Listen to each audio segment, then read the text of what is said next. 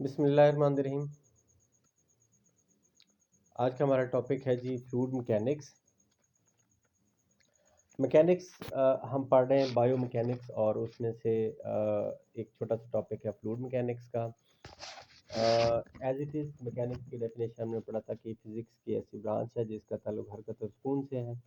जो भी चीज़ें मूव कर रही हैं, मूवमेंट जिस चीज़ में हो रही है, उनकी मोशन, टाइप्स ऑफ मोशन, उसके पीछे कौन कौन सी फोर्सेस लग रही हैं जिनके नतीजे में ये हरकत हो रही है, कौन सी चीज़ स्टैटिक पोजीशन में है। तो ये तमाम चीज़ें आती हैं मैकेनिक्स के एक दायरा कार में। और फ्लूइड मैकेनिक्स क्या है? तो इसके लिए हम देखते हैं कि मैकेनिक्स का तो हमें पता चल गया, बायो मैकेनिक्स का भी पता चल गया कि खिलाड़ियों या लिविंग थिंग, और ख़ास तौर पे लिविंग थिंग में जब स्पोर्ट्स की बात हम करते हैं तो प्लेयर्स, खिलाड़ी, एथलीट एथलीट की हरकत व सुकनात का मुताला साइंसी असूलों के ऊपर या फिज़िक्स के असूलों के ऊपर देखते हैं कि कैसी हरकत कर रहे हैं और कितनी हरकत कर रहे हैं, कौन सी टाइप है हरकत की, इसके पीछे कौन कौन सी फोर्सेस अमल कर रही हैं। तो ये था बायोमैकेनिक्स और आज हम पढ़ेंगे उसी से रिलेटेड एक छोटा सा टॉपिक फ्लूइड मैकेनिक्स का। तो सबसे पहले मैकेनिक्स का कॉन्सेप्ट हमें क्लियर हो चुका है, जबकि फ्लूइड हमने देखना है कि फ्लूइड क्या चीज़ होती है। डेफिनेटली फ्लूइड एक ऐसी चीज़ होती है कि जो फिज़िक्स के पॉइंट ऑफ व्यू से फ्लूइड एक ऐसी चीज़ है जिसके मॉलिक्यूल्स के ऊपर अगर किसी एक एक पॉइंट के ऊपर अगर उसको फोर्स लगाई जाए तो वो शेयर स्ट्रेस करता है। वो फोर्स इक्वल पार्ट्स तक डिवाइड हो जाती है, बराबर बराबर तकसीम हो जाती है। ठीक है, शेयर स्ट्रेस शो करता है फ्लूइड। और हमारे इंटरेस्ट के जो फ्लूइड हैं वो हैं वाटर और एयर। ठीक है जी। फ्लूइड मैकेनिक्स क्या है? The study of forces that develop when an object moves through a fluid medium. Fluid का आपको पता चल गया कि वाटर और पानी, ठीक है, वाटर और एयर, ठीक हो गया। कि स्पोर्ट्स में हमारे जो इंटरेस्ट के फ्लूइड्स हैं, वैसे तो हम जितने भी ऑयल्स हैं, जितने भी गैसेस हैं, एयर है, ये सारे फ्लूइड्स में आएंगे। लेकिन हमारे इंटरेस्ट के फ्लूइड क्या है स्पोर्ट्स में? वो वाटर है, जिसमें स्विमिंग वगैरह और कश्ती रानी, बोटिंग, यॉटिंग, इस तरह की गेम्स वगैरह होती हैं। और इसके बाद है एयर। ठीक है, एयर हमारी बहुत सारी गेम्स में इन्वॉल्व होती है। हर हमारी बॉल्स के जितने भी गेम्स हैं जो बॉल के साथ खेले जाते हैं या किसी इक्विपमेंट के साथ खेले जाते हैं, इवन एथलेटिक्स में, साइकिलिंग में, इन तमाम चीज़ों में हवा बड़ा अहम किरदार अदा करती है। तो ये दो फ्लूइड हैं हमारे इंटरेस्ट के। और इनके बारे में हमने पढ़ना है कि ये फ्लूइड की वो फोर्स है जो कि ये फ्लूइड की तरफ से जो भी जिस्म फ्लूइड में हरकत करता है, ठीक है, चाहे वो एक लिविंग थिंग है या नॉन लिविंग थिंग है। स्पोर्ट्स में हम एथलीट की बात करते हैं, खिलाड़ियों की बात करते हैं, वो भी फ्लूइड में डायरेक्ट इन्वॉल्व हो रहे होते हैं, डायरेक्ट कांटेक्ट उनका होता है या उनका कोई इक्विपमेंट इन्वॉल्व हो रहता है। जैसे कि हम रेसेस में, साइकिलिंग में, स्विमिंग में डायरेक्ट हमारा कांटेक्ट बॉडी का, रनिंग के इवेंट में, जंपिंग में, पोल वाल्टिंग में, ये हमारा कांटेक्ट होता है फ्लूइड के साथ। फिर हम देखते हैं कि कोई भी एक इवेंट, बॉल, कोई भी एक गेम ले लें जिसमें हम, जैसे कि हमारा क्रिकेट है, फुटबॉल है, बास्केटबॉल, हैंडबॉल, नेटबॉल, ये तमाम बॉल के साथ खेली जाने वाली गेम्स, बैडमिंटन है, टेनिस है, टेबल टेनिस है, वॉलीबॉल है, ठीक है, जितनी भी गेम्स हैं, इनमें क्या होता है कि हमारी वो चीज़, हमारा वो इक्विपमेंट्स जिसके साथ हम गेम खेल रहे हैं, वो डायरेक्टली एयर के साथ या फ्लूइड के साथ वो कांटेक्ट में है। ठीक है, यहाँ तक बात समझ में आ गई कि हम क्या पढ़ने जा रहे हैं। तो जो भी चीज़ फ्लूइड के अंदर मूव कर रही है उसके ऊपर फ्लूइड का क्या असर होता है, ठीक है, कौन कौन सी फोर्सेस फ्लूइड की जानिब से लगाई जाती हैं। अब इसके ऑब्जेक्टिव्स क्या चीज़ें हैं कि हम ये क्यों पढ़ रहे हैं? फिजिकल एजुकेशन में या स्पोर्ट्स साइंसेज में हम फ्लूइड मैकेनिक्स क्यों पढ़ते हैं?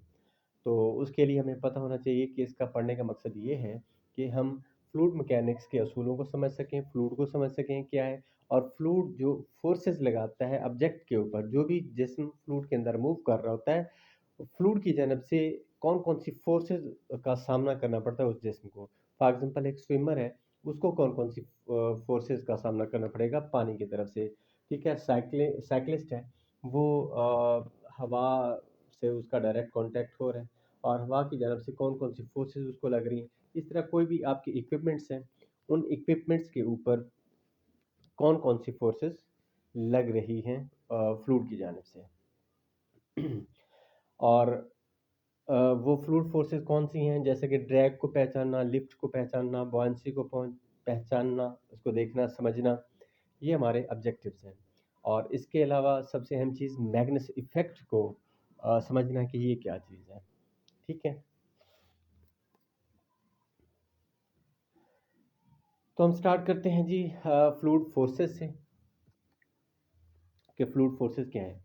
In some cases fluid forces have little effect on an object motion, जैसा कि शॉर्ट पट है।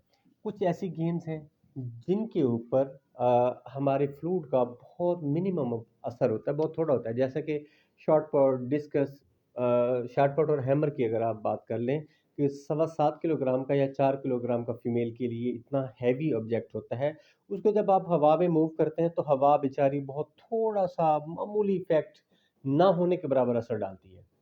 ठीक है, इसके बरक्स अगर आप हैंडबॉल, बास्केटबॉल, फुटबॉल हवा में आप मूव करवा रहे हैं तो उसके ऊपर वो चूंकि लाइट वेट होती हैं और उनके ऊपर और साइज भी उसका बड़ा होता है, तो लिहाजा हवा का बड़ा असर होता है।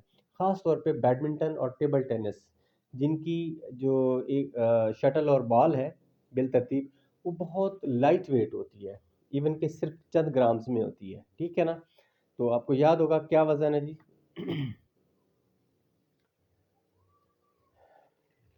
किसी को नहीं पता, ओके। चलें, बाद में बता दीजिएगा कि टेबल टेनिस की बॉल का कितना वेट होता है और शटल जो है उसका कितना वेट होता है। ये देखते हैं कि जी कौन बताता है, शाबाश मिलेगी उसको।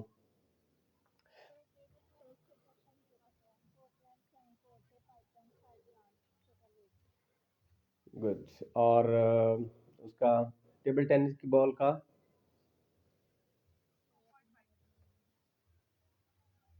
जी 40 ग्राम। 2.5 तो नहीं होता।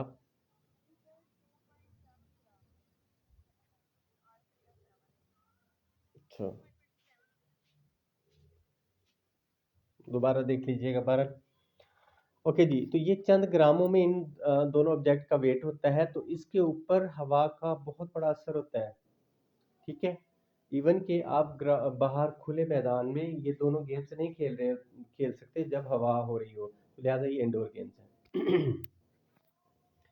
अच्छा, अब वो कहते हैं जी कि कुछ ऐसी गेम्स हैं जिनके ऊपर सिग्निफिकेंट इफेक्ट होता है इन फोर्सेस का, फ्लूइड की फोर्सेस का, जैसे कि टेनिस के ऊपर, टेबल टेनिस की एग्जांपल दे सकते हैं, बैडमिंटन की दे सकते हैं।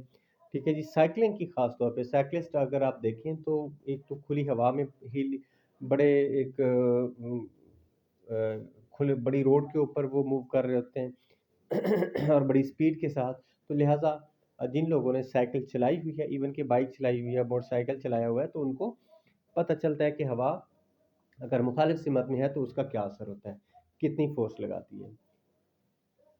अच्छा जी, अब फ्लूइड फोर्सेस कौन कौन सी हम पढ़ेंगे, उनमें डेफिनेटली हम पढ़ेंगे बॉयंसी, ड्रैग और लिफ्ट फोर्सेस। ये पानी या हवा की तरफ से लगाई जाने वाली फोर्सेस हैं। जो भी चीज़ पानी या हवा में मूव करेगी उनके ऊपर ये तीन फोर्सेस असरअंदाज होंगी। ठीक है जी, तो इनको हम डिस्कस करते हैं। सबसे पहले है जी ड्रैग क्या है और लिफ्ट क्या है। ड्रैग का मतलब वही है जैसे कि घसीटना। ड्रैग का अगर वैसे हम लफ्ज़ी तर्जुमा देखें, ड्रैग करने को क्या होता है, जैसे कि माउस के कर्सर को आप ड्रैग करके लेके जाते हैं। ठीक है ना, या एक चीज़ पिक करते हैं माउस की मदद से कंप्यूटर पे और उसको ड्रैग करते हुए लेके जाते हैं। ठीक है। तो ड्रैग फोर्सेस वो कहते हैं जी कि act in the direction that is opposite of the relative flow velocity. मुखालिफ सिमत में, फॉर एग्जांपल, आप जिस तरफ पानी है, पानी की मुखालिफ सिमत में या पानी में अगर आप स्विमिंग करते हैं या कोई एक चीज़ हवा में हरकत कर रही है, तो आपकी मुखालिफ जिस तरफ चीज़ हरकत कर रही है ना, उसकी मुखालिफ सिमत में एक ड्रैग की फोर्स, जिसको आप फ्रिक्शन भी कह सकते हैं आम ज़बान में, ठीक है? क्योंकि जब पानी के साथ कोई एक जिस्म का कॉन्टैक्ट हो रहा होता है, हवा के साथ किसी जिस्म का कॉन्टैक्ट हो रहा होता है, तो जिस तरफ वो जिस्म मूव कर रहा है, उसके मुखालिफ सिमत में अपोज़िट फ़ोर्स लग रही होती है। उस फ़ोर्स को जो कि मज़ामत कर रही होती है, उसको हम कहते हैं ड्रैग फ़ोर्स, और वो उसकी वेलोसिटी में असरअंदाज हो रही होती है। जैसे कि अगर साइकिल पे जा रहे हैं तो सामने की तरफ से जो हवा आपको लग रही है आपकी बॉडी के ऊपर, आपकी वेलोसिटी को कम कर रही है, ठीक है? वो क्या कहलाएगी? ड्रैग फोर्स कहलाएगी। इसी तरह पानी में स्विमिंग कर रहे हैं तो आगे बढ़ने के लिए आपको रेजिस्टेंस का सामना करना पड़ रहा है, वो ड्रैग की फोर्स है। अच्छा जी, अब ड्रैग की फोर्स आगे इसकी टाइप्स पढ़ेंगे दो तीन, एक फॉर्म ड्रैग और एक सरफेस ड्रैग, ठीक है? फॉर्म ड्रैग क्या है? फॉर्म ड्रैग हम कहते हैं क्रॉस सेक्शनल एरिया पे जो फोर्स लग रही है फ्लूइड की जानिब से, उसको हम कहते हैं फॉर्म ड्रैग, यानी कि शक्ल और सूरत वाली ड्रैग। कि जो भी जिस्म है, फॉर एग्जांपल अगर मैं एक अदील और गुल मोहम्मद, आप एक्टिव हैं, आप ज़रा ये बताएं कि एक चीज़ है, बेहतरीन एग्जांपल मैं आपको दे रहा हूँ, ये सोलर प्लेट, आप सुन रहे हैं अभी? सोलर प्लेट को आप लोगों ने बाइक के ऊपर लेके जाना है, कैसे लेके जाएंगे? अगर तो आप सीधी वो 90 के एंगल पे हवा की जानिब बिल्कुल सीधा करके बैठेंगे और उसकी जो फ्लैट सरफेस है, चौड़ी वाली सतह बिल्कुल सामने है, तो हवा की रुकावट ज़्यादा होगी, कम होगी? बहुत ज़्यादा होगी, क्योंकि वो 4 फुट अगर उसकी चौड़ाई है और 6 फुट लंबाई है, तो वो सारी की सारी हवा रेजिस्ट करेगी, ठीक है, उसको आगे बढ़ने में। तो फिर क्या होता है, इसको अगर लिटा के उसकी जो 2 इंच वाली सतह है वो सामने लेके जाएंगे लिटा के, या उसको साइड पे खड़ा करके लेके जाएंगे, ताकि वो हवा की सिमत में उसकी जो 2 इंच वाली चौड़ाई वाली सतह है वो आए, उस सिमत में लेके जाएंगे तो वो बड़ी आसानी के साथ चली जाएगी। समझ आ गई बात? तो अगर हाँ, सीधी फ्लैट लेके जा रहे हैं आप, तो उसका सरफेस एरिया बहुत बड़ा हो जाएगा, ठीक है? तो किसी भी चीज़ का सरफेस एरिया, हाँ, जी जी, जी जी, बिल्कुल। अगर, हाँ, अगर देखें, हाँ बिल्कुल, ये तो कुदरती तौर पे मैं उसी तरफ, हाँ उसी तरफ आ रहा था। एरोप्लेन, फिश, कारें, गाड़ियाँ, ट्रेन, ठीक है, परिंदे, परिंदों की चोंच क्यों आगे पतली अल्लाह ताला ने बनाई हुई है? कि वो सामने क्रॉस सेक्शनल एरिया बहुत बारीक है जो हवा के साथ कांटेक्ट कर रहा है। 1 सेंटीमीटर 2 सेंटीमीटर की चोंच मोटी हो सकती है, वैसे पीछे परिंदे का वजन देखें, सॉरी, उसका क्रॉस सेक्शनल एरिया देखें तो वो काफ़ी मोटे मोटे परिंदे होते हैं। इसी तरह एरोप्लेन है, वो देखें कि उसकी सामने चोंच टाइप होती है परिंदों की शक्ल की, ठीक हो गया? तो ये फॉर्म उसकी जो शक्ल है ना, उसके ऊपर। और दूसरा है सरफेस एरिया। किसी भी चीज़ का सरफेस एरिया ज़्यादा, अब अच्छा, कश्ती नीचे से देखें कैसी बनाई जाती है। पानी के साथ अगर सीधे फट्टे रख दिए जाएं, वो पूरे के पूरे 100% उन फट्टों का जो कांटेक्ट है वो होगा आपका फ्लूइड के साथ, पानी के साथ। लेकिन उसको इस तरह से गुलाई में ढाला जाता है कि बहुत थोड़ा सा एरिया, इवन कि बहरी जहाज़ों का भी थोड़ा सा नीचे, थोड़ा सा एरिया, पूरी की पूरी सरफेस नहीं होती सीधी, बल्कि उसको ऊंचाई के रुख इस तरह से गुलाई में ढाला जाता है कि उसका बहुत थोड़ा सा एरिया उसके साथ कांटेक्ट में है, ताकि वो जो सरफेस ड्रैग है वो कम से कम हो सके। फार्म ड्रैग हमेशा सामने की तरफ से होती है, सरफेस ड्रैग जितना उसका हिस्सा पानी के साथ या हवा के साथ कांटेक्ट होगा वो, ठीक है जी, क्लियर है?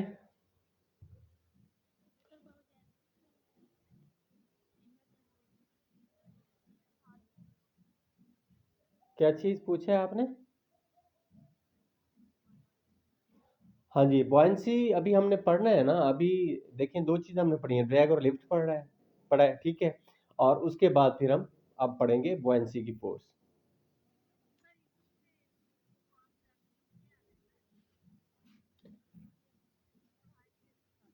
हाँ हाँ, ये किसी का ना ये शोर आ रहा है बच्चों की तरफ से, तो वो जरा माइक जिसका भी है वो। अच्छा तो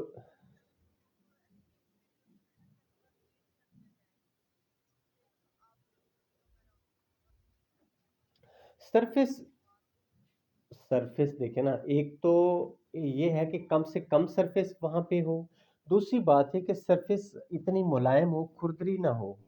ठीक है, खुरदरी सतह हो ये असल में। अभी इनकी डिटेल आगे भी आ रही है, इसलिए मैं ज़रा थोड़ा सा शॉर्ट इसको कर रहा हूँ। जिस तरह से देखें गाड़ियाँ एरोप्लेन वगैरह हैं, उनको इंतहाई अच्छे वाला पेंट किया जाता है आगे से। परिंदे हैं, मछलियों का जो जिस्म है वो बड़ा लेसदार होता है।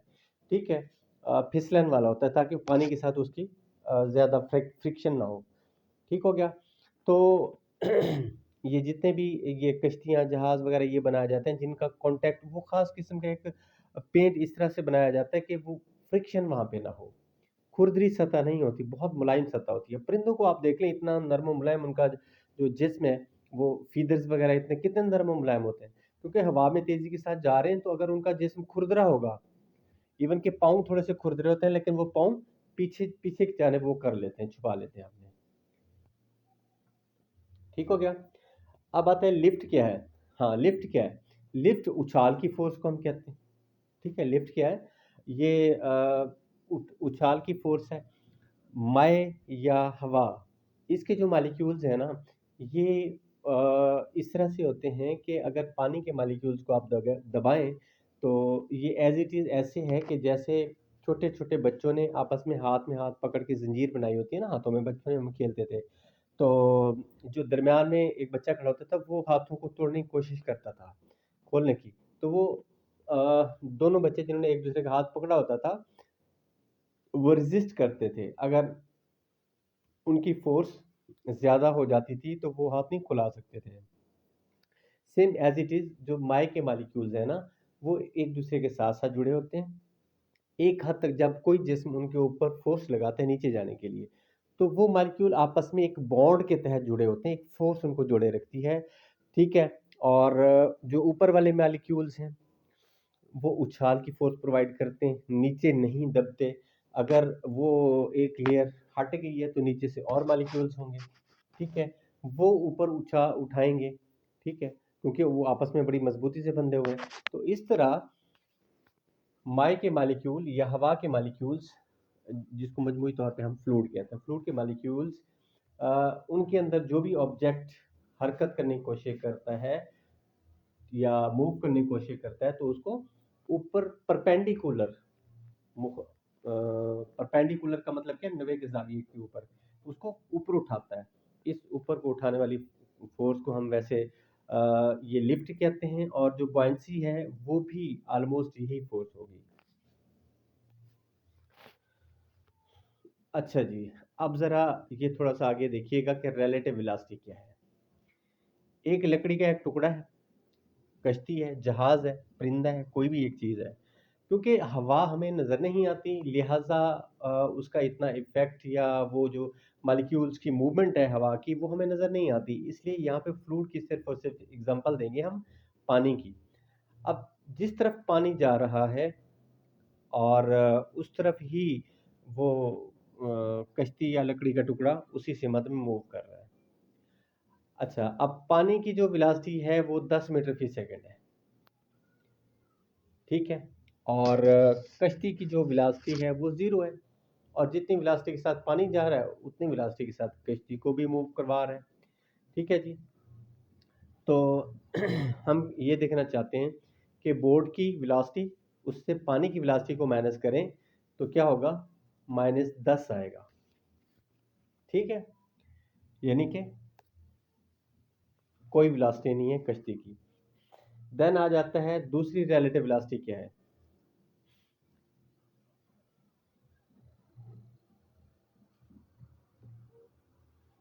अच्छा, अब इसमें ऐसे है कि कश्ती आप चप्पू से चला रहे हैं या मोटर से चला रहे हैं, आप जैसे भी, तो कश्ती पानी की जो स्पीड है उससे ज़्यादा चल रही है। कश्ती की अपनी स्पीड है 10 मीटर फी सेकंड, और पानी की भी जो स्पीड है वो भी है 10। तो रिलेटिव वेलोसिटी क्या होगी, जैसा कि कल भी बात हो रही थी, रिलेटिव वेलोसिटी क्या होती है या पोजीशन की जानिब से कि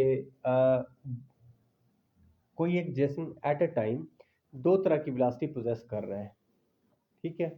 अच्छा, ओवरऑल बाहर खड़े होके देखेंगे तो जो कश्ती की वेलोसिटी है वो आपको 20 नजर आएगी, लेकिन पानी के लिहाज से क्या होगी, 10 उसकी वेलोसिटी होगी।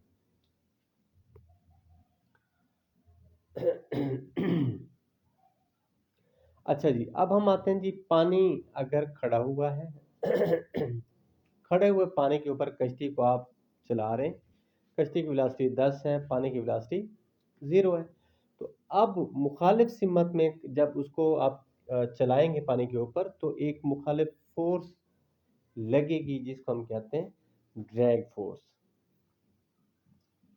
ड्रैग फोर्स एक ऐसी रेजिस्टेंस की फोर्स है जो कि अमल करती है उस जिस्म के ऊपर जो उस पानी में या फ्लूइड में हरकत कर रहा है, ठीक है जी। समझ आ रही बात कि एक ऐसी अपोजिंग फोर्स है, मज़ाहमत की फोर्स है कि फ्लूइड में अगर जो जिस्म हरकत करता है तो फ्लूइड की जानिब से मज़ाहमत होती है कि भी आप हरकत ना करें, और उस मज़ाहमत की फोर्स को हम कहते हैं ड्रैग फोर्स।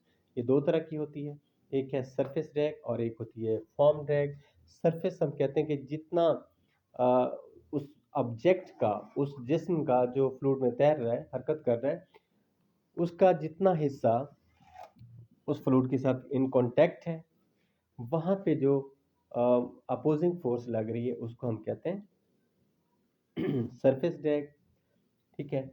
और इसमें एग्जांपल दी गई हैं कि shaving the body in swimming, जिस तरह से अगर आपने एक स्विमर को देखा हुआ हो तो वो क्या करता है कि एक टाइट लिबास पहनते हैं और फ्रिक्शनलेस लिबास पहनते हैं, ठीक है, ताकि उनका बॉडी जो पानी के साथ कांटेक्ट में होता है वहाँ पे उसकी लिबास की एक तो आ, वो काफ़ी टाइट लिबास होता है और मुलायम होता है, जिस वजह से पानी की फ्रिक्शन कम से कम होती है। साइकिलिस्ट को देख लें, वो भी टाइट लिबास पहनते हैं, और इवन कि उनकी जो हेलमेट होती है वो भी एक उसमें सुराख भी होते हैं ताकि हवा जो इधर से इंटर हो और पीछे से निकल जाए उनकी हेलमेट में बारीक से सुराख होते हैं, एक बात। दूसरा, उसके ऊपर इतना अच्छा सा पेंट और उसकी शेप इस तरह से बनाई जाती है कि वो हवा कम से कम उसकी रेजिस्टेंस और फ्रिक्शन हो। Wearing racing suit in skiing, skiing जो लोग करते हैं पहाड़ियों बर्फ के ऊपर, स्केटिंग के ऊपर, आइस स्केटिंग या स्काइंग करते हैं, ठीक है, तो उनके लिबास भी इस तरह से होते हैं। ऐसा नहीं है कि खुले डुले लिबास और फड़फड़ाते रहे हों, ऐसा नहीं होता है। चुस्त लिबास होते हैं और नर्म मुलायम होते हैं। मुलायम का मतलब है कि खुरदरे नहीं होते, उनके ऊपर रफनेस नहीं होती, फीदर्स या वो कुछ भी जो बुरश और होती है ऐसी नहीं होती। अच्छा, अब आ जाता है जी फॉर्म ड्रैग। ये फॉर्म ड्रैग डिपेंड कर रही होती है क्रॉस सेक्शनल एरिया के ऊपर कि सामने से कौन सा हिस्सा, कितना हिस्सा इन कांटेक्ट होता है। वही बात आ जाती है कि जितने भी फ्लूइड में हरकत करने वाले जानदार हैं, जानवर हैं, मछलियों की आगे चोंच होती है, ठीक है, परिंदों की आगे चोंच होती है, बहुत बारीक इनका फेस होता है सामने से। और इसी असूल को मद्देनज़र रखते हुए हमने जो रॉकेट्स बनाए, हमने जेट तैयारे बनाए, एरोप्लेन्स बनाए, हेलीकॉप्टर्स बनाए, उनकी सामने से जो आगे शेप होती है बहुत बारीक होती है। अच्छा, इसी तरह से हमने कश्तियाँ, बोट और बहरी जहाज़ बनाए, वो भी आगे से बहुत बिल्कुल एक ऐसी शेप, उनकी नोकीली शेप जिसको हम कहते हैं कि सामने से एटलीस्ट कम से कम फ्रिक्शन का सामना हो। इसको कहते हैं जी कि ऑलमोस्ट वी शेप होती है। अगर आप तमाम चीज़ों की शेप देखें तो कश्ती की सामने से वी शेप होती है। Cyclist in upright V position. अच्छा, अब साइक्लिस्ट जो हैं उनको कभी भी आपने सीधा बैठ के साइकिल चलाते हुए नहीं देखा होगा। वो क्या करते हैं कि बिल्कुल हैंडल के ऊपर सो जाते हैं या बिल्कुल झुक जाते हैं हैंडल के ऊपर, ताकि सामने से उनकी सिर्फ एक जो कैप है वो वाला एरिया इन कांटेक्ट हो हवा से। अगर वो सीधे बैठेंगे तो उनकी पूरी फुल बॉडी हवा के साथ कांटेक्ट होगी और area of contact with air बढ़ जाएगा और उसके बढ़ने से ड्रैग की फोर्स बढ़ जाएगी। इसी तरह स्विमिंग जो लोग करते हैं तो वो भी सिर्फ सामने से ही उनका एक एरिया जो है वो नज़र आ रहा होता है, इन कांटेक्ट होता है उस फ्लूइड के साथ। क्राउच पोजीशन की स्पोर्ट्स से एग्जांपल्स हैं। तो क्राउच पोजीशन आप अगर अंडरस्टैंड करें कि स्प्रिंट रेसेस में एयर रेजिस्टेंस को भी मद्देनजर रखा जाता है। उसमें भी अगर आप देखें ऑन योर मार्क्स सेट वाली पोजीशन में, तो वहाँ पे क्या होता है कि सिर्फ उनका जो अपनी वी शेप में उन्होंने अपने आप को किया होता है, बेंड किया होता है और कम से कम बॉडी उनकी जो है वो एयर कांटेक्ट के साथ रहे सामने से। और वो स्टार्ट लेते हैं तो झुक के लेते हैं और आहिस्ता आहिस्ता कुछ कदम लेने के बाद फिर वो स्ट्रेट होते हैं जब वो स्पीड पकड़ लेते होते हैं।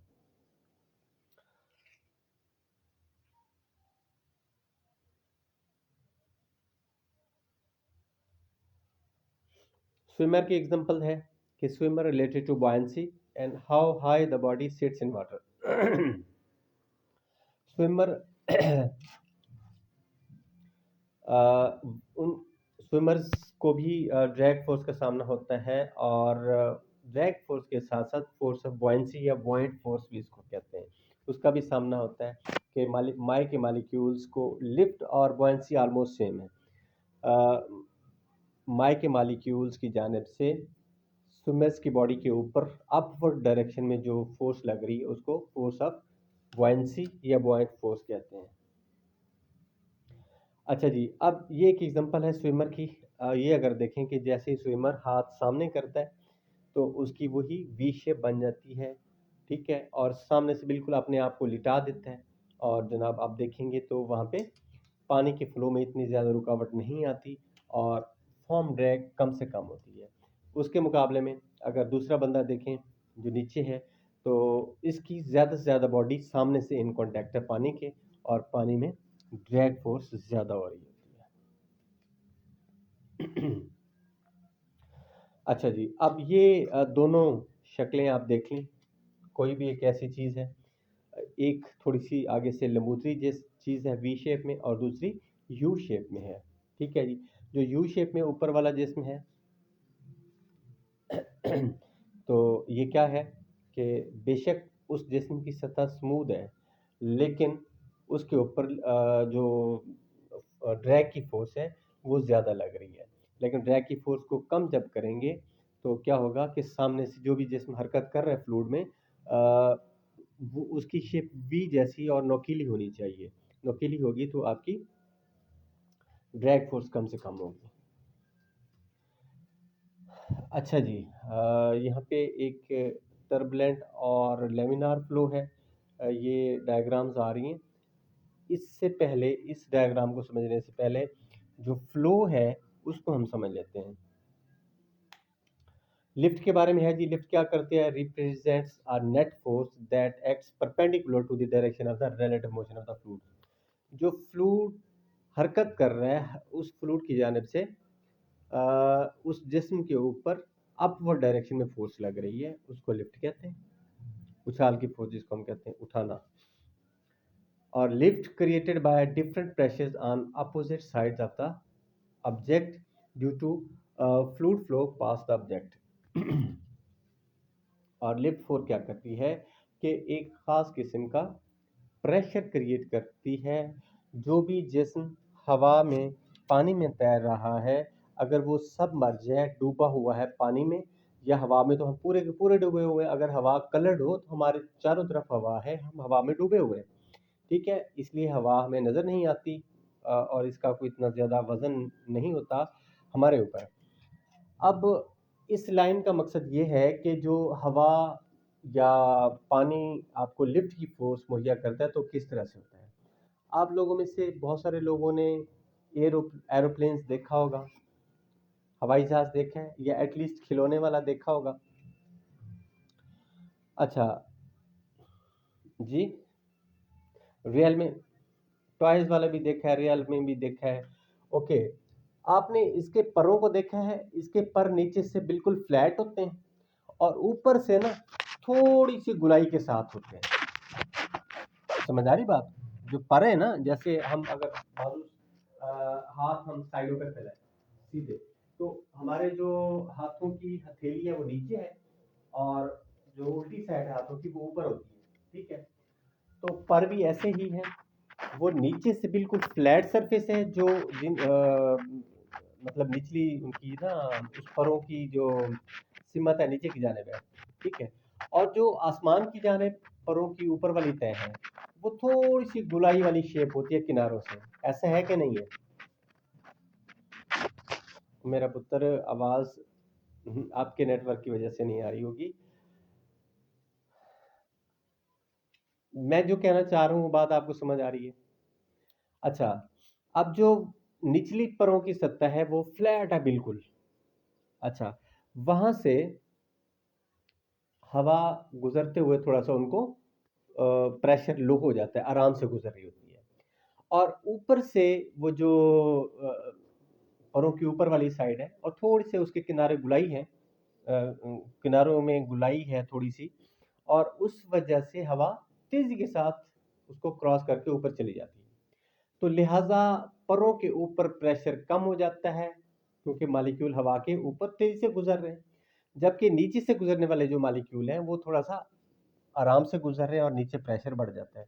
हवा का नीचे प्रेशर बढ़ने से वो जहाज हवा में तैरने लग जाता है, ऊपर उठ जाता है। ठीक हो गया? बात समझ में आ रही है? सिंपल सा असूल है। इसी तरह परिंदे अगर आप देखें, परिंदे के परों को देखे हैं? परिंदे के पर बिल्कुल ऐसे ही हैं नीचे से। एक तो उनमें स्पेसेस बहुत ज्यादा होती हैं ताकि वो हवा नीचे से वो रोक लें हवा को। निचली जानिब एयर फ्लो कम से कम होता है, प्रेशर बढ़ जाता है, हवा रुकी रहती है तो प्रेशर बढ़ जाता है। ऊपर से वो स्मूथनेस ज़्यादा होती है और जो सामने से पर उनमें गुलाई भी आपने देखी होगी कि ऊपर की जानिब उनके पर गुलाई वाले होते हैं थोड़े से। ठीक है, और जैसे वो हवा में मूव करते हैं तो हवा ऊपर तेज़ी से उनको क्रॉस करके परों को चली जाती है। उनके परों के नीचे हवा थोड़ा सा कम स्पीड के साथ मूव करती है, जिसकी वजह से नीचे प्रेशर बनता है और ऊपर हवा का प्रेशर कम होता है। तो जिस जानिब प्रेशर ज़्यादा होता है, ये निचला प्रेशर उनको उछाल की फोर्स मुहैया करता है, जिसको हम कहते हैं लिफ्ट। ये बात समझ में आई है आपको?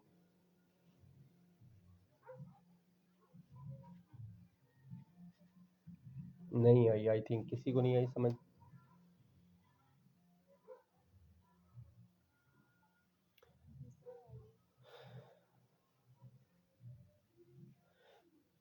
भाई देखे ना, जहाँ पे हवा ज्यादा है उसका प्रेशर ज्यादा होगा। यानी कि हवा अगर स्लो गुजर रही है आराम आराम से तो वो हवा प्रेशर बनाए रखेगी, और ऊपर की जानिब परों से हवा तेजी से गुजर रही है। ठीक है, तो हवा तो जा रही है तो उसका प्रेशर नहीं बनता। ठीक है, यही बर्नौली का, एक बर्नौली साइंसदान था, उसने एक असूल दिया था, बर्नौली का प्रिंसिपल। वो कहते हैं जी कि velocity is inversely proportional to pressure. Velocity जो है, स्पीड, फ्लूइड की स्पीड, बड़ा अहम पॉइंट है, ये इनवर्सली प्रोपोर्शनल है वेलोसिटी के, प्रेशर के। इनवर्सली हम कहते हैं मुखालिफ को। अगर एक चीज की वैल्यू बढ़ रही है तो दूसरी की कम हो रही होगी।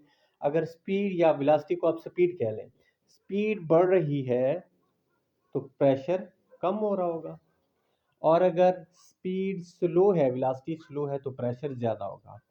वही बात आ गई कि एरोप्लेन हो, परिंदे हो, ठीक है, इनके नीचे जैसे ये पर इनके हवा में होते हैं, फैले हुए होते हैं, तो इनके निचले पर बिल्कुल फ्लैट होते हैं और वहां से हवा आराम से गुजरती है। ठीक है, जैसे ही हवा की स्पीड कम होती है तो प्रेशर बढ़ जाता है। नीचे प्रेशर बढ़ता है तो ये उछाल की फोर्स मुहैया करता है उस परिंदे को भी और उस एरोप्लेन को भी। अगर ऊपर वाली जानिब से देखा जाए तो परिंदों के पर या एरोप्लेन के पर थोड़े से गुलाई वाली शेप में होते हैं। ठीक है, इवन कि आप देखें कि ये पंखे के पर, जो सीलिंग फैन है, इसके ऊपर वाले पर आप देखें तो साइडों से जिस तरफ ये मूव कर रहे होते हैं वहां से थोड़ा सा नीचे की जानिब हल्का सा कट होता है, फ्लैट नहीं होते ये, हल्का सा थोड़ा सा नीचे की जानिब होते हैं। ठीक है ना।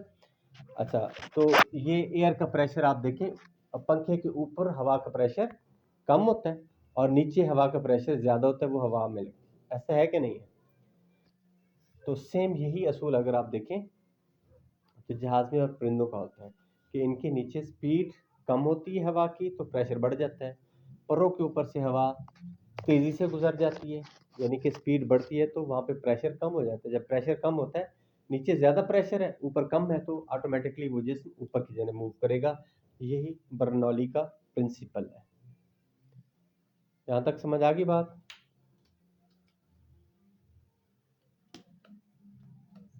Okay good. ये अगला जो डायग्राम अगर आप देखेंगे बर्नौली के प्रिंसिपल की, ये ब्लू हवा के मालिक्यूल है, ठीक है जी। और पर की शक्ल अगर आप देखेंगे तो ऐसी है, परों के नीचे हवा की स्पीड कम है जिसकी वजह से हाई प्रेशर बन रहा है, परों के ऊपर थोड़ी सी गुलाई होने की वजह से एयर फ्लो बहुत तेज़ हो जाता है, फास्ट हो जाता है, और जिसकी वजह से हवा का प्रेशर कम हो जाता है क्योंकि ये एक दूसरे के इन्वर्सली प्रोपोर्शनल। अब आ जाता है जी मैग्नस इफेक्ट। ठीक है, इसको हम देखते हैं कि ये क्या चीज़ है। मैग्नस इफेक्ट इतना अहम है कि ये सवाल मुझसे इंटरव्यू में भट्ट साहब ने पूछा था। एरोडायनामिक्स एरोडायनामिक्स मैग्नस इफेक्ट, ये 2-3 सवाल हम पूछे थे स्पिन वगैरह के हवाले से।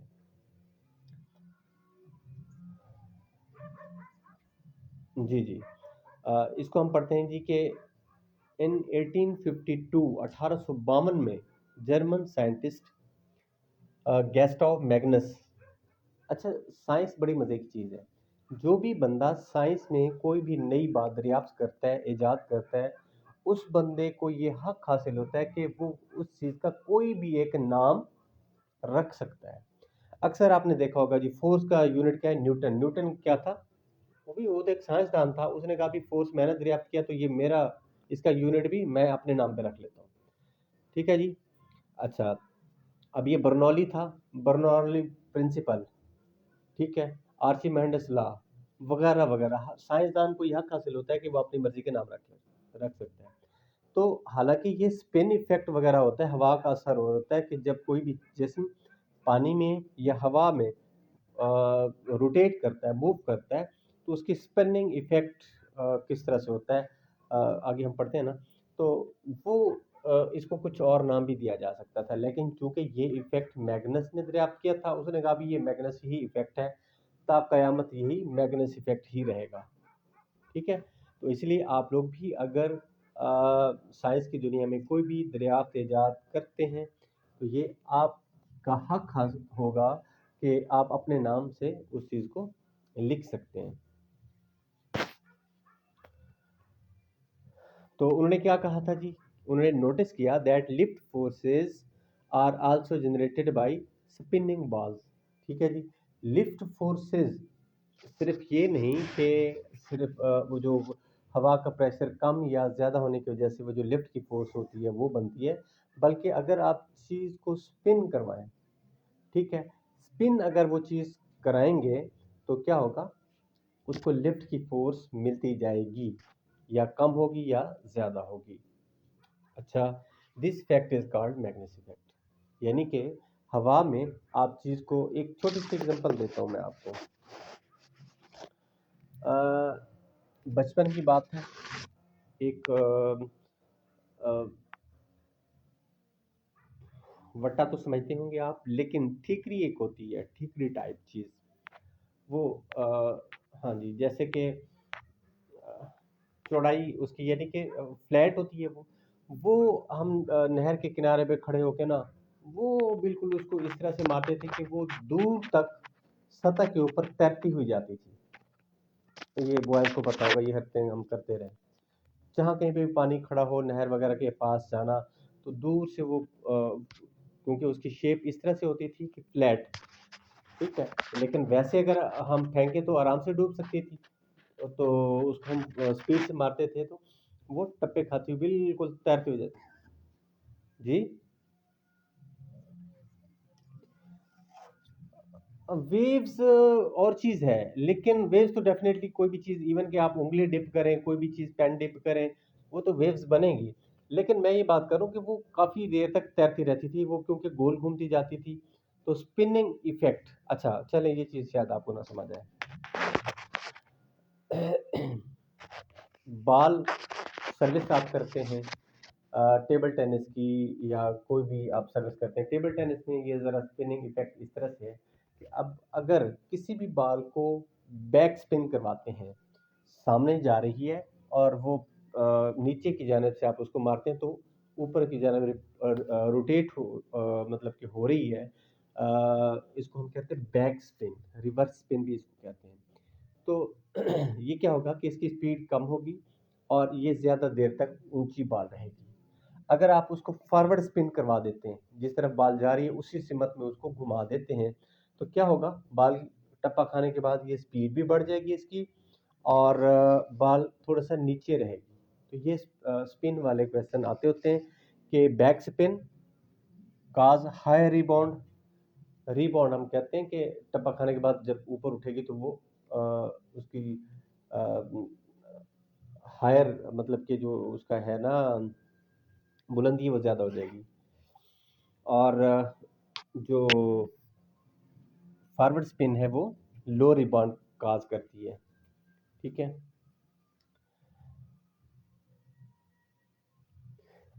Lift force caused by spin, spin की वजह से जो लिफ्ट की फोर्स बनती है उसको हम कहते हैं मैग्नेस इफेक्ट। ठीक है। अब ज़रा गोल्फ अगर आपने देखी हो एग्जांपल्स ये हैं, फुटबॉल में अगर आप उसको इस तरह से किक करते हैं कि आप चाहते हैं कि वो ज़्यादा देर तक हवा में रहे ऊंचा, फिर आप क्या करेंगे, उसको निचली साइड से मारेंगे और वो बैक स्पिन होती हो जाएगी पीछे की जानिब, तो वो ज़्यादा देर तक ऊपर हवा में रहेगी, बुलंदी पे जाएगी। अगर आप उसको ऊपर से वाली साइड से मारेंगे, ठीक है, तो वो क्या होगा, फॉरवर्ड स्पिन होगा तो बॉल जल्दी गिर जाएगी। ठीक है। उसकी लिफ्ट में काफ़ी असर रहता है आपके स्पिन की वजह से। आप कितनी देर तक उसको हवा में रखना चाहते हैं, ये डिसाइड करने के लिए आप उसको फॉरवर्ड स्पिन या बैक स्पिन करेंगे। अब सवाल ये है कि गोल्फ शॉट, ये बहुत सारे सवाल आपके एमसीक्यूज में आए होंगे। जनरेटिंग बैक स्पिन वुड काज, सीधी सी बात है कि चाहे कोई भी बॉल है जिसके ऊपर बैक स्पिन होगा तो वो क्या करेगा, हाई रिबाउंड होगा या लो रिबाउंड होगा। बेशक ये गोल्फ की एग्जांपल दी गई है। हाँ जी, बैक स्पिन उस, हाँ, वो टी पे बॉल रखा हुआ, उसने नीचे से उसको मारा, बॉल हवा में गया और वो स्पिन, बैक स्पिन उसने क्रिएट किया है, तो वो हवा में हाई रिबाउंड क्रिएट करेगा। ठीक है जी। अच्छा, अब tennis shot with top spin cause the ball to do what. Tennis की बॉल है, भाभी हमारी खेल रही है सानिया मिर्जा, और उसने शॉट मारा है ऊपर, बॉल को ऊपर की जाने से, तो वो क्या होगा, फॉरवर्ड, बॉल के सेंटर की बात हो रही है कि अगर सेंटर से मारेंगे तो ऑलमोस्ट वो बॉल सीधा जाएगा, स्पिन नहीं करेगा, और उसके सेंटर वाले हिस्से से ऊपर अगर मारेंगे तो जिस सिमत में बॉल जा रहा है उसी सिमत में स्पिन करता जाएगा, वो होगा टॉप स्पिन। ठीक है। और बैक स्पिन क्या होगा कि अगर सेंटर हाफ से नीचे की जानिब आप उसको मारते हैं किसी चीज़ को, तो वो रिवर्स स्पिन करता हुआ या बैक स्पिन करता हुआ जाएगा। ठीक है। टॉप स्पिन खेला गया टेनिस का बॉल क्या होगा, लो रिबाउंड, नेट को क्रॉस करके जल्दी गिर जाएगा। ये टैक्टिक्स होते हैं खिलाड़ियों की जानिब से।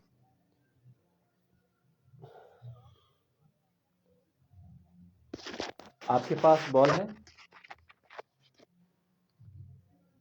घर में है बॉल। अच्छा, तमाम लोग सुबह में आपको, अभी इस वक्त मेरा भी बॉल जो है वो दूर पड़े होंगे, सुबह आपको बॉल से ये टॉप स्पिन, बैक स्पिन में ये वीडियो, बल्कि ये, हाँ जी, सीनियर्स आप लोगों के पास होगी वो एक छोटी सी वीडियो, मैंने 2-3 मिनट की बना के दी थी आप लोगों को, ये स्पिन वाली, मैं विश लोगों के पास शायद हो, वो तो ग्रुप में शेयर कर दीजिएगा, नहीं तो फिर मैं दोबारा सुबह कर दूंगा। अच्छा जी, आप सुन लें, आपने खड़े हो गया ना अपने रूम में, वॉलीबॉल अगर आपके पास है तो आपने वॉलीबॉल को मारना है दीवार की जानिब, लेकिन डायरेक्ट नहीं मारना, पहले नीचे टप्पा देना है, फिर आगे फेंकना है बॉल को। अब जिस सिमत में फेंक रहे हैं, दोनों साइड हाथों की उंगली से उसको उसी जानिब स्पिन करना है तेजी से। आप देखेंगे बॉल टप्पा खाने के बाद बिल्कुल नीची रही है, और जितना उसको ऊपर आना चाहिए था ऊपर नहीं आई, और तेजी के साथ जाके लगी है। ठीक है, ये था फॉरवर्ड स्पिन। अब फेंक आप आगे रहे हैं, लेकिन उंगलियों को बैक साइड पे अपने फेस की जानिब करके उस बॉल को स्पिन करवाएंगे, रिवर्स स्पिन। तो बॉल टप्पा खाने के बाद बिल्कुल स्लो हो जाएगा, हो सकता है दीवार की जानिब ना जाए, बल्कि आपकी जानिब वापस भी आ सकता है या रुक जाएगा, लेकिन उसकी बुलंदी बढ़ जाएगी टप्पा खाने के बाद। तो बैक स्पिन हायर रिबाउंड करता है। ठीक है जी। अच्छा, अब एग्जांपल्स हैं जी। बास्केटबॉल में कर्व बॉल, स्लाइडर। ठीक है, बास्केटबॉल आप सामने की जानिब बास्केट करना चाह रहे हैं, तो जिस तरफ से अपनी उंगलियों को मूव करवाएंगे, ठीक है, कि आप चाहते हैं कि बॉल जल्दी गिर जाए तो फॉरवर्ड स्पिन करेंगे। आप चाहते हैं कि बॉल थोड़ा सा आपके फेंकने के बाद थोड़ी सी ऊंची जाए, आप उसको बैक स्पिन करवाएंगे। ठीक हो गया। इसी तरह गोल्फ में भी होता है ये चीज़ें, टेनिस में भी होता है, टॉप स्पिन, फोर हैंड वगैरह वगैरह। ऑटो रेसिंग में भी हो सकती है, डाउन फोर्स। सॉकर में, फुटबॉल, वॉलीबॉल में टॉप स्पिन वगैरह वगैरह, बहुत सारी एग्जांपल दी जा सकती हैं। अब आ जाता है जी बॉयंसी। बॉयंसी को कहते हैं कि buoyancy is associated with how well a body float और how height it sits in the fluid. थोड़ी सी फर्क है कि बॉयंसी क्या है, कि किसी भी फ्लूइड में, यहाँ पे फ्लूइड को जहन में रखना है तो सिर्फ पानी की एग्जांपल से आपको समझ आएगी, हवा से नहीं समझ आएगी, क्योंकि हवा हमें नज़र नहीं आती। तो जो चीज़ नज़र नहीं आती उसका कॉन्सेप्ट हमें थोड़ा सा मुश्किल होता है समझने के लिए। पानी में जब कोई जिस्म हरकत कर रहा है तो वो जिस्म पानी से कितना ऊंचा रहता है, अपने आप को ऊंचा रख पाता है। अमूमन आप भी पानी में अगर चले जाएं हम लोग, तो आधे सबमर्ज होते हैं, काफ़ी हद तक हम पानी में नीचे डूबते हैं, फिर हाथ पांव मारते हैं तो कुछ हद तक ऊपर आते हैं। इसी तरह कोई भी जिस्म बिल्कुल 100% उसका सतह जो है पानी के ऊपर नहीं होती, बल्कि कुछ उसकी सतह उसके वेट की वजह से या ग्रेविटी की वजह से पानी में डूबती है, लेकिन उसके बाद फिर वो तैरने भी लग जाता है। तो बुआंसी क्या है कि एक ऐसी खासियत है कि कौन सा जिस्म किस हद तक पानी में ऊंचा तैरता है या किस हद तक वो पानी में डूबता है, दोनों सूरतों को हम कहते हैं बुआंसी। आर्शिमीदस एक यूनानी साइंसदान था जिसको कहते हैं आर्चिमेडस। आर्चिमेडिस जो उसने भी एक प्रिंसिपल दिया था, और ये प्रिंसिपल दोनों, बर्नौली का प्रिंसिपल और आर्चिमेडस का प्रिंसिपल, ये बहुत इंपॉर्टेंट है। ये क्या कहता है, ये कहता है जी कि any body in the fluid medium will experience buoyant force. हर जिस्म जो भी फ्लूइड के मीडियम में है, हवा में है या पानी में है, तो वो ज़रूर बुआंट फोर्स का मज़ा चखेगा। और वो बुआंट फोर्स क्या होंगी, वो उस जिस्म के वजन के बराबर होंगी। ठीक है। और कौन सा वजन, volume of fluid which is displaced. यानी कि फॉर एग्जांपल मैं अगर पानी में छलांग लगाता हूँ या पानी में तैरने की कोशिश करता हूँ, तो पानी मुझे कितना ऊपर उठाता है, ये चीज़ डिपेंड कर रही है कि जितना मेरे नीचे से पानी खिसक गया, उस पानी का वजन उसको आपने तोल लेना है। ठीक है, तो वो बुआइंट फोर्स उस निकाले जाने वाले पानी के हुजूम के बराबर है। बात समझ में आ रही है। एक लकड़ी का टुकड़ा है, लकड़ी का टुकड़ा कितना ऊपर उठेगा, जितना वो अपने नीचे से पानी को डिस्प्लेस करेगा उस पानी के वॉल्यूम के वजन के बराबर। ठीक है, वो बुआइंट फोर्स होगी उसकी। कुछ पल्ले पड़ रहे। ओके, एग्जांपल को अगर आप देखें,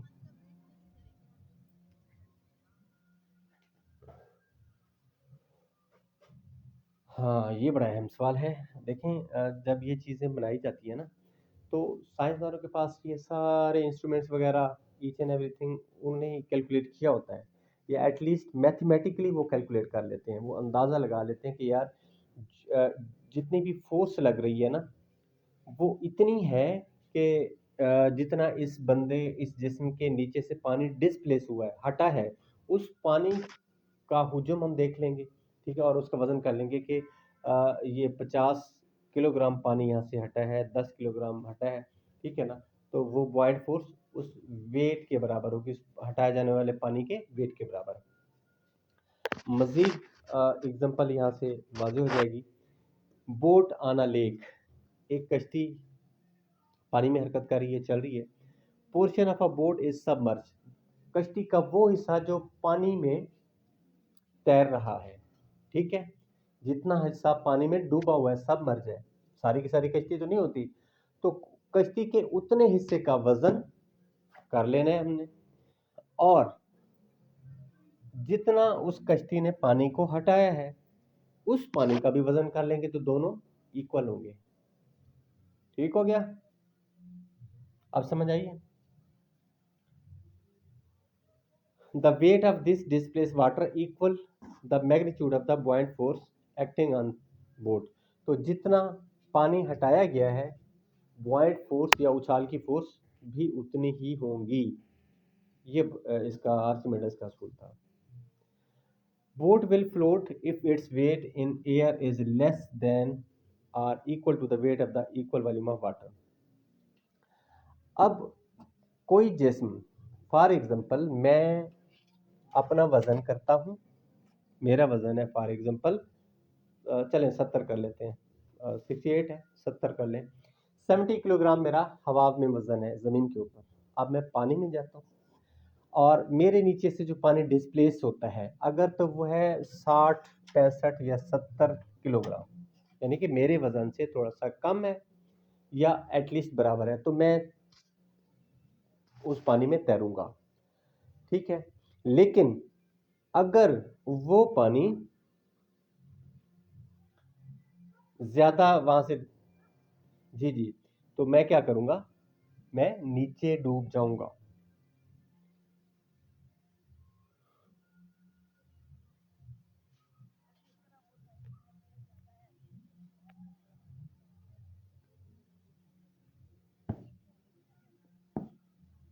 क्या कहते हैं,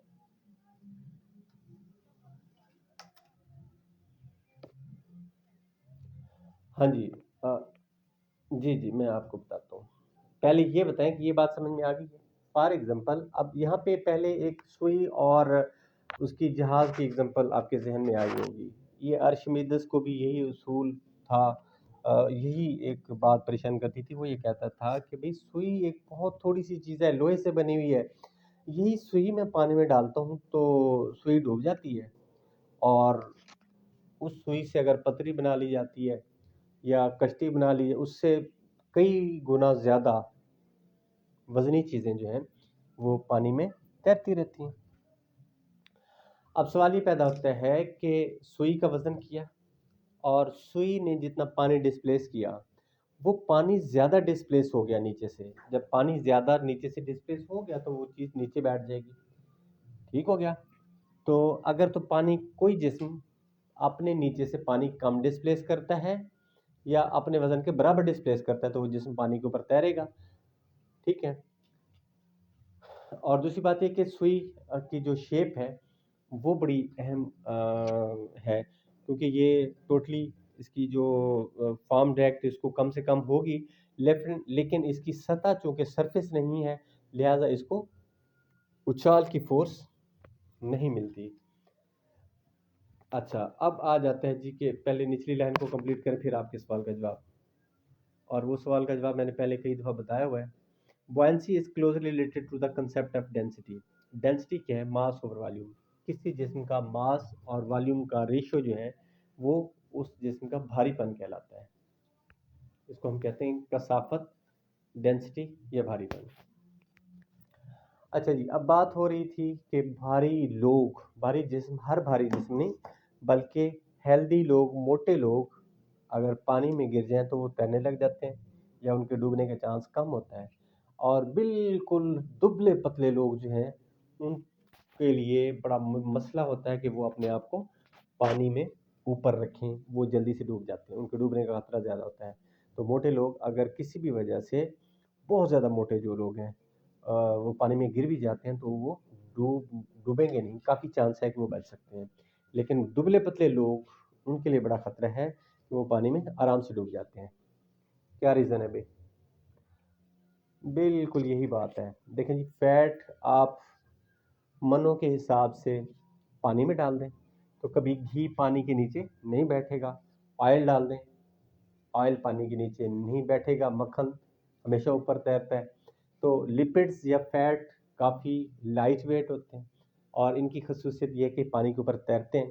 तो जो हेल्दी या मोटे लोग होंगे बहुत ज़्यादा, जिनके जिसमें फैट ज़्यादा होगा, पेट में, लेग्स में, हर जगह पे चर्बी भरी भरी होगी, तो वो चर्बी पानी में नहीं डूबती। ठीक हो गया? और ये एक, इससे याद आ गया, बीएमआई मालूम करने का एक तरीका है अंडर वाटर बॉडी मास। अंडर वाटर बॉडी मास क्या होता है कि पहले आपने किसी जिस्म में, फॉर एग्जांपल मैं अपना फैट मास मालूम करना चाहता हूँ, मेरे अंदर कितना फैट है, तो इसका भी एक तरीका है कि पहले ज़मीन के ऊपर यहाँ पे वेट कर लूँगा अपना। उसके बाद एक ऐसा जो वेइंग मशीन होती है जो पानी के अंदर आपका वज़न करती है। पानी के अंदर जब मैं जाऊँगा तो ऑटोमेटिकली मेरा वज़न कम होगा या ज़्यादा होगा? डेफ़िनेटली कम होगा। पानी में तो देखें जितना भी डूबे तो आपके पाँव बड़ी मुश्किल से वो नीचे लग रहे होते हैं, ठीक है? फुल पेंदे में आप नहीं रहते बल्कि थोड़ा-सा ऊपर होते हैं, तो वेट कम हो जाता है। तो जो जिस्म जिसका ज़्यादा वज़न कम होगा, फॉर एग्ज़ाम्पल मेरा 70 अगर बाहर है और अंदर पानी के अंदर मेरा 30 है, तो 40 का डिफरेंस है, इट्स मीन कि मेरी बॉडी में फैट ज़्यादा है। और एक ऐसा बंदा जिसका वज़न बाहर 70 है और अंदर पानी के अंदर 60 है, तो इट्स मीन कि उसके जिस्म में फैट बहुत कम है।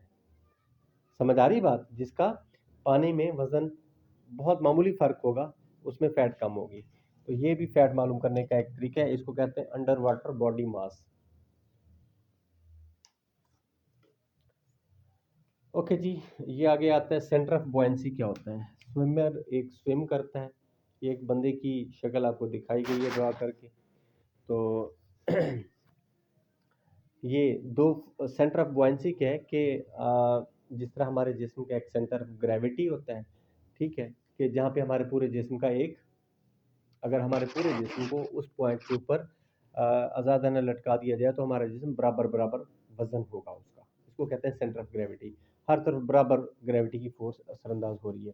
जैसा कि कोई एक बुक अपनी उंगली पे दरमियान में बुक को उठाए तो हर तरफ उसका, वो बुक साकिन हो जाती है, तो हर तरफ उसका वज़न बराबर होगा।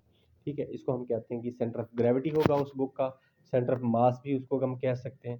तो जब कोई एक जिस्म पानी में तैर रहा है, तो उसका सेंटर ऑफ ग्रेविटी के बिल्कुल साथ होता है उसका सेंटर ऑफ बुओयेंसी।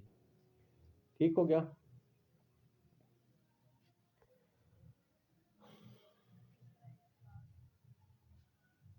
जी।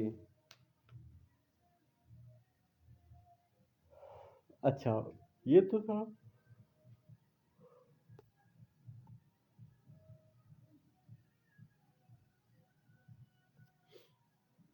अच्छा, नेक्स्ट पेज पे है सेंटर ऑफ बुओयेंसी। अगर आप अपनी बॉडी को टिल्ट करते हैं, झुका देते हैं, तिरछा कर देते हैं, ठीक है ना? तो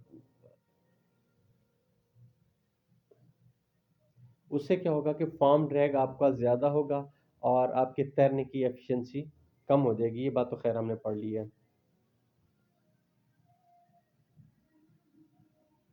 अच्छा, ये एक बात नई यहाँ पे लिखी हुई है कि it has been suggested that this is a bigger problem for a men than women. ठीक है? कौन सा प्रॉब्लम है? Research has shown that men have a greater density than women. This creates a greater feet sinking torque. अच्छा जी, पानी में आप तैर रहे हैं और बिल्कुल पानी के ऊपर आप सीधे लेट गए हैं। अच्छा, अब जो रिसर्च ने साबित की है कि मेन जो हैं, उनकी डेंसिटी